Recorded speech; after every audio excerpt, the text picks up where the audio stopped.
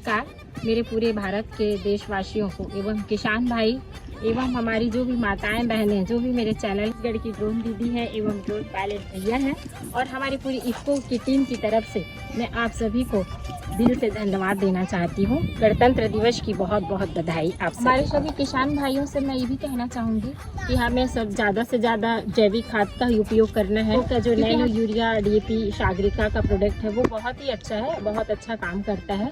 आप लोग भरोसा करके उसका इस्तेमाल करिए। जय जोहार, जय छत्तीसगढ़।